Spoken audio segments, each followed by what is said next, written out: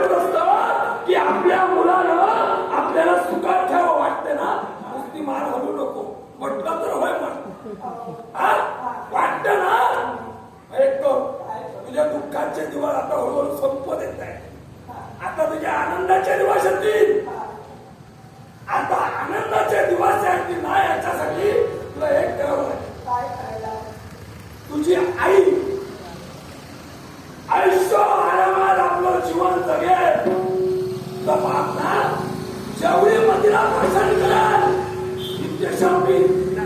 तेवढे पिऊ दे. एवढंच नव्हे, ऐश्वर्या काद्या किर्त्या महाल वाढून देईल. सात पिढ्या तुझ्या ना बसून खातील एवढं धन आणि द्रव्य देईल. एक करायचं, आजपासून या घटिका बसलं नारायणाची भक्ती बंद. आपण एवढे श्रीमंत? पातापुराचा सम्राट भद्रासूर म्हणतात. म्हणजे काय सर? एवढे श्रीमंत? सप्तम पाताळाचा सम्राट. आपण एवढे श्रीमंत असताना तर आपल्याला एक विचारू का? विचारणार? विचार. राणे रागण्यासारखं काय विचारायचं नाही. हा बर, विचार. मला एक सांगा. काय ते?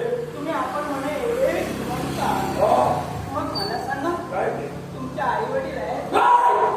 माझ्याजवळ महाजरा पाहिलं माझ्याजवळ मी केवढा दिसतो धष्टपुष्ट आहे ना. मला सांग, आता या वयात मी येईल तो माझ्या आई वडील का जिवंत राहणार?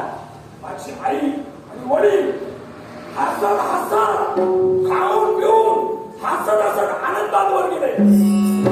कसे गेले? आनंदात वर गेले. म्हणजे खरे भिकारी तुम्ही आहात. खरे भिकारी तुम्ही आहात. कसं काय? हे धन द्रव्य ऐश्वर्य काय कामाचं आहे? म्हणजे या जगात खरा श्रीमंत कोण असेल ना, तर ज्याच्या जवळ त्यांच्या आई बाप आहे, तो जगातला खरा श्रीमंत माणूस आहे. आणि तो श्रीमंत माणूस मी. माझ्या आई वडील. वा, सुंदर. म्हणजे ज्याच्या जवळ याचं म्हणणं असं आहे की ज्याच्या जवळ ज्याचे आई बाबा आहेत तो खरा श्रीमंत. मला सांगा, आता पुत्राच्या आयुष्याच्या अंतापर्यंत मुलं जगायला पाहिजेत.